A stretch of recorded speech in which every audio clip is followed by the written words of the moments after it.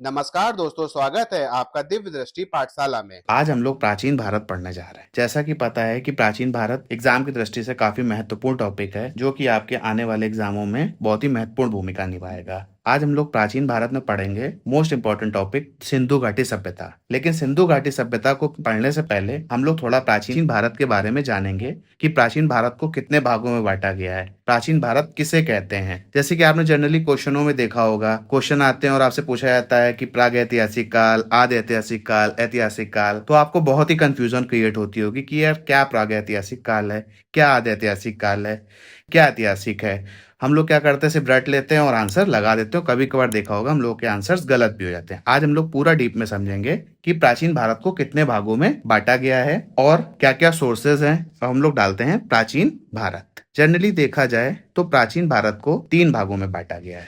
पहला है प्राग ऐतिहासिक काल, दूसरा आदि ऐतिहासिक काल, तीसरा ऐतिहासिक काल। अब जानते हैं कि प्राग ऐतिहासिक काल क्या होता है। प्राग ऐतिहासिक काल, जिसकी हमें कोई भी लिखित जानकारी नहीं मिलती है, उसे प्राग ऐतिहासिक काल कहते हैं। जब जाहिर सी बात है लिखित जानकारी नहीं मिलती है तो उसको पढ़ा भी नहीं जा सकता जब लिखित ही नहीं जानकारी मिली है। सेकंड आता है आदि ऐतिहासिक काल। आदि ऐतिहासिक काल वह काल है जिसकी हमको लिखित जानकारी तो मिली है लेकिन अभी तक उसको पढ़ा नहीं गया है। जैसे कि हमारी सिंधु घाटी सभ्यता, सिंधु घाटी सभ्यता के हमें लिखित प्रमाण मिले हैं लेकिन अभी तक उसको नहीं पढ़ा जा सका है। और थर्ड आता है ऐतिहासिक काल। ऐतिहासिक काल जिसके हमको लिखित साक्ष्य भी मिले हैं और उसे पढ़ा भी जा सकता है, जैसे कि हमारी अभी हम लोग इतिहास पढ़ते हैं। अब हमारा आता है कि प्राग ऐतिहासिक काल क्या है। प्राग ऐतिहासिक काल को मुख्यतः 2 भागों में बांटा गया है। फर्स्ट दिस पाषाण काल, सेकंड ताम्रकाल। अब हम लोग पढ़ते हैं प्राग ऐतिहासिक काल का पाषाण काल। जो पाषाण काल है इसको भी जनरली 3 भागों में बांटा गया है। नंबर 1 पुरा पाषाण काल, नंबर 2 मध्य पाषाण काल, नंबर 3 नव पाषाण काल। पुरा पाषाण काल, इसका जो समय अवधि है ये है 25 लाख ईसा पूर्व से 8000 ईसा पूर्व। मध्य पाषाण काल 8000 ईसा पूर्व से 4000 ईसा पूर्व। मध्य पाषाण काल 8000 ईसा पूर्व से 4000 ईसा पूर्व। नव पाषाण काल 4000 ईसा पूर्व से 2500 ईसा पूर्व। यानी कि पूरा प्रागैतिहासिक काल 25 लाख ईसा पूर्व से 2500 ईसा पूर्व। अब हमको पढ़ना है कि जो प्राग ऐतिहासिक काल है इसकी जानकारी हमको कैसे हुई। तो इसकी जानकारी जो हमें प्राप्त हुई है वो अवशेषों से प्राप्त हुई है। तो जो अवशेष थे, तो अवशेष से कैसे पता चला कि ये कितने साल पुराने हैं। तो एक पद्धति होती है जिसको बोलते हैं कार्बन डेटिंग पद्धति, C14।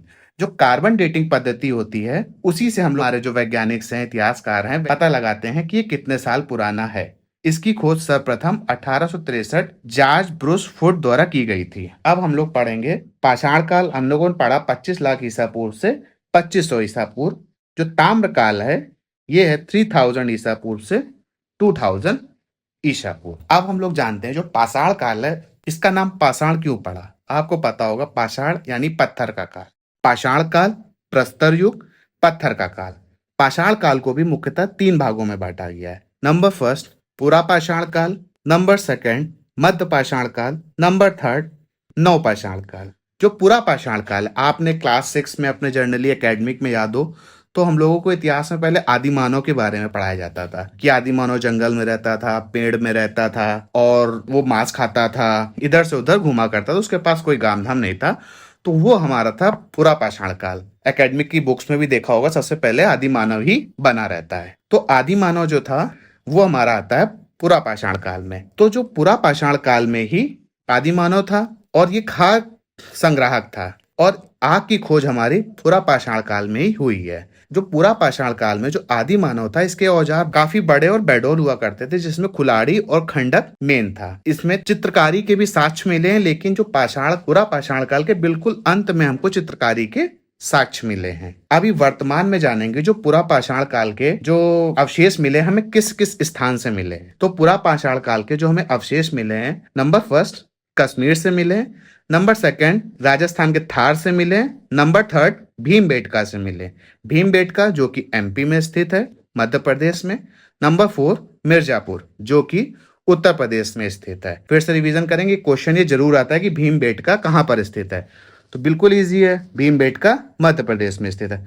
मिर्जापुर कहाँ स्थित है, यूपी। जाहिर सी बात है मिर्जापुर के बारे में कौन नहीं जानता, देखी होगी सीरीज शायद आपने, वेट भी हो रहा होगा कि कब आएगा थर्ड पार्ट। चलिए अब हम लोग पढ़ते हैं मध्य पाषाण काल। मध्य पाषाण काल की शुरुआत ही होती है पशुपालन से। आप लोगों ने बचपन में भी पढ़ा होगा कि मानव का पहला पालतू पशु कौन था। जाहिर सी बात है, सबके दिमाग में होगा कुत्ता। तो अब क्वेश्चन आता है कि पहला पशु जो कुत्ता था वो किस काल का था, तो वो मध्य पाषाण काल का था। अभी हमने पढ़ा जो पूरा पाषाण काल के औजार थे वो काफी बड़े बेडोल थे, लेकिन समय के साथ साथ छोटे होते गए। मध्य पाषाण काल में मध्य पाषाण के जो औजार थे वो छोटे औजारों को प्रयोग में लाने लगे, यानी कि उनका दिमाग भी धीरे धीरे बढ़ रहा था। और इसके जो वर्तमान में हम लोगों को साक्ष्य मिले हैं प्रमुख स्थल, वो है राजस्थान का बागौर जिला, एमपी, गुजरात, यूपी, मुंगेर मुंगेर बिहार में स्थित है। मोस्ट इंपॉर्टेंट क्वेश्चन, पहिए का आविष्कार किस काल में हुआ। जनरली क्वेश्चन आपके UP police, UP PAT, generally जितने भी आप ट्रेडिशनल एग्जाम्स के देखेंगे ये क्वेश्चन जरूर मिलेगा, पहिए का आविष्कार किस काल में हुआ था। पहिए का आविष्कार नवपाषाण काल में हुआ था। अब क्या है कि जो नवपाषाण काल में जो मेन स्थल है वर्तमान, मेहरगढ़, जो कि पाकिस्तान और बलूचिस्तान में स्थित है। मेहरगढ़ से हमें क्या साक्ष्य मिले थे, गेहूं के साक्ष्य मिले थे, जौ के मिले थे, गेहूं और जौ के साक्ष्य हमको मेहरगढ़। अब इसमें क्वेश्चन हमारा बनेगा, गेहूं जौ के साक्ष्य हमें कहां से मिले थे, तो गेहूं और जौ के साक्ष्य कहां से मिले थे, मेहरगढ़, जो कि पाकिस्तान और बलूचिस्तान में स्थित है। अब आता है चावल उत्पादन का प्राचीनतम साक्ष्य कहाँ मिला था। दिस चावल यानी कि राइस के जो साक्ष्य मिले थे कहाँ से मिले थे, ये कोल डिहिलवा से मिले थे। कोल डिहिलवा क्षेत्र जो कि यूपी में स्थित है। और नवपाषाण काल में जो औजार थे ये हड्डियों के औजार का प्रयोग करने लगा था। इसके साक्ष्य कहाँ मिले थे, बिहार से, बिहार का डिस्ट्रिक्ट है चिरान से मिले थे। अब हम लोगों ने पढ़ा पूरा पाषाण, मध्य पाषाण, नवपाषाण, मेरे हिसाब से कोई भी कंफ्यूजन नहीं होगी। अब आता हम लोगों का ताम्रकाल। इसको हम ताम्रकाल में मानव द्वारा उपयोग किए जाने वाला पहला धातु था तांबा। जाहिर सी बात है, हम लोगों को तांबा मिला तो इसी के लिए इसका नाम रख दिया ताम्रकाल। लिखना अभी भी नहीं जानते थे, ताम्रकाल में तांबे के औजार बनाना इन्होंने स्टार्ट कर दिया था। ठीक है, अब हम लोग आते हैं दूसरा टॉपिक, आदि ऐतिहासिक काल। आदि ऐतिहासिक काल क्या था, जाहिर सी बात है स्टार्टिंग में मैंने आपको बताया था आदि ऐतिहासिक काल, जिसको लिखित साक्ष्य तो हैं लेकिन अभी तक हमारे वैज्ञानिक इतिहासकार उसको पढ़ नहीं पाए हैं। जैसे कि हमारी इंडस वैली सिविलाइजेशन, सिंधु घाटी सभ्यता, ये आदि ऐतिहासिक काल का बहुत ही मोस्ट इंपॉर्टेंट टॉपिक है। आपके शायद जहां तक मुझे याद है यूपी पैट में इसका 5 नंबर का वेटेज है, शायद, आई थिंक, मैं कंफर्म नहीं हूं लेकिन 5 नंबर का वेटेज है। आदि ऐतिहासिक काल। अब इसकी जो लिपि थी वो भाव चित्रात्मक थी, यानी कि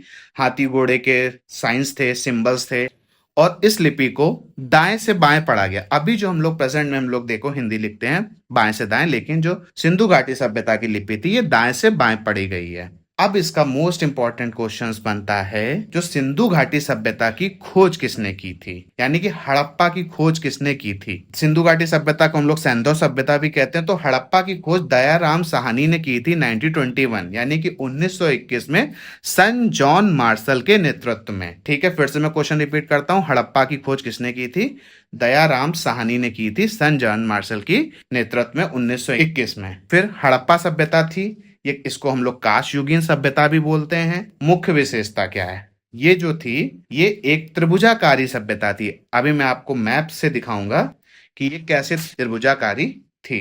जैसे कि आप यदि पूरब से पश्चिम जाएंगे, हमारा पूरब में पड़ता आलमगीरपुर यूपी में है, सुत कांगडोर जो कि पाकिस्तान में, यानी पूरब से पश्चिम हो गया आलमगीरपुर से सुत कांगडोर। उत्तर से दक्षिण मांडा कश्मीर से दैमताबाद जो कि महाराष्ट्र में स्थित है, मांडा जो कि कश्मीर में स्थित है। इसका मोस्ट इंपॉर्टेंट पहला क्वेश्चन बनेगा, हड़प्पा किस नदी के किनारे स्थित है। हड़प्पा रावी नदी के तट पर स्थित है। मोहनजोदाड़ो, ये जो मोहनजोदाड़ो, आपको मैं एक स्टोरी बताता हूँ कि ये जो सबसे पुरानी सभ्यता सिंधु सभ्यता थी, सिंधु सभ्यता, ये क्या हुआ था, 1857 की बात है। 1857 में कराची और लाहौर के बीच रेल पटरी बिछाने के दौरान जॉन ब्रेंटन और विलियम ब्रेंटन को 2 प्राचीन नगर मिले। कौन से 2 प्राचीन नगर मिले, हड़प्पा और मोहनजोदाड़ो का पता चला। हड़प्पा किस नदी के तट पर था, रावी नदी के तट पर। मोहनजोदाड़ो जो सिंधु नदी के तट पर था। ये क्वेश्चन बहुत ही इंपॉर्टेंट है कि हड़प्पा किस नदी के तट पर था? रावी, मोहनजोदाड़ो, सिंधु। उत्खनन के फलस्वरूप बहुत सी जानकारियां प्राप्त हुई जो कि हमारे एग्जाम दृष्टि से बहुत महत्वपूर्ण। आगे चलिए, आगे मैं एक एक करके आपको बताता हूँ। जैसे कि तकरीबन 5000 साल पहले एक उच्च स्तरीय सभ्यता विकसित हुई थी जिसकी नगर नियोजन व्यवस्था बहुत उच्च कोटि की थी। लोगों को नालियां तथा सड़कों का ज्ञान था। सिंधु सभ्यता एक नगरी शैली थी, यानी कि वहां पे नगरी सभ्यता थी। सिंधु सभ्यता के लोग ईंटों का प्रयोग करते थे। समझिए, जो आज के टाइम में जो हम लोग ईंटों का प्रयोग करते हैं, उस टाइम पे सिंधु घाटी की सभ्यता के लोग ईंटों का प्रयोग करते थे। गुजरात का शहर लोथल सिंधु सभ्यता का एक प्रमुख बंदरगाह था। क्वेश्चन बनता है हमारा, लोथल किस स्टेट में स्थित है? लोथल कहाँ पे स्थित है? गुजरात में स्थित है, जो कि बहुत ही बंदरगाह यानी कि जहाँ पे शिप पोर्ट्स वगैरह आके रुकते हैं, बहुत ही महत्वपूर्ण था। एक मोस्ट इंपॉर्टेंट क्वेश्चन बनता है, मोहनजोदाड़ो का सबसे बड़ा भवन कौन सा था? धान्यागार। विशाल स्नानागार यानी ग्रेट बाथ जिसे कहते हैं, ये भी मोहनजोदाड़ो में है। कांस्य से बनी हुई नर्तकी की मूर्ति, बहुत इंपॉर्टेंट क्वेश्चन है। यदि आपने मोहनजोदाड़ो मूवी देखी होगी तो आपको ये सीन लास्ट का याद आ रहा होगा, जब बाढ़ आती है तो फिर लास्ट में मूर्ति डांस करती हुई जाती है, यानी कि मोहनजोदाड़ो से ही वो कांस्य की नर्तकी की मूर्ति प्राप्त हुई थी। सिंधु सभ्यता की अर्थव्यवस्था कैसी थी? ये भी जाहिर सी बात है, मोस्ट इंपॉर्टेंट क्वेश्चन है। उसमें कृषि और पशुपालन थी। ठीक है, कृषि भी था और पशुपालन भी था। हड़प्पा सभ्यता से अभी तक लोहे के साक्ष्य नहीं मिले थे, यानी लोहे की प्राप्ति नहीं हुई थी। सिंधु सभ्यता के लोग ने सबसे पहले कपास का उत्पादन किया था। क्वेश्चन बन सकता है कि सिंधु सभ्यता के लोगों ने सबसे पहले किसका उत्पादन किया था? कपास का उत्पादन किया। मोस्ट इंपॉर्टेंट क्वेश्चन, मैं आपको एक ऐसी टेस्ट लेता हूं, हड़प्पा निम्न में से किस सभ्यता से संबंधित है? सुमेरियन सभ्यता, वैदिक सभ्यता, सिंधु घाटी सभ्यता, मेसोपोटामिया। जाहिर सी बात है, इतना टॉपिक पढ़ने के बाद अब बता देंगे कि हड़प्पा सिंधु घाटी सभ्यता से संबंधित है। फिर दूसरा क्वेश्चन मैं उठाता हूं, हड़प्पा किस नदी के तट पर स्थित है? रावी नदी, सिंधु नदी, गंगा नदी, यमुना नदी। यानी कि रावी नदी के तट पर। आपने कर दिया होगा मोहनजोदाड़ो किस नदी के किनारे स्थित है? सिंधु नदी के किनारे स्थित है। अब हम लोग ये पढ़ेंगे कि जो हड़प्पा था, सिंधु घाटी सभ्यता के सिर्फ 6 को नगर माना गया है। इंडस वैली सिविलाइजेशन सिर्फ 6 को नगर माना गया है। हड़प्पा, मोहनजोदाड़ो, चंदहुदड़ो, लोथल, कालीबंगा, बनवाली। हड़प्पा कहाँ पे है? हड़प्पा, मोहनजोदाड़ो और चंदहुदड़ो जो कि अब पाकिस्तान में स्थित है। लोथल जो भारत में है, भारत के गुजरात में। कालीबंगा राजस्थान में है। बनवाली हरियाणा में है। और आपको एक इंपॉर्टेंट चीज बताता हूं कि सिंधु घाटी सभ्यता में लोग आभूषण का यूज करते थे, मेल और फीमेल दोनों। यह समाज मात्र सत्तात्मक थी, यानी कि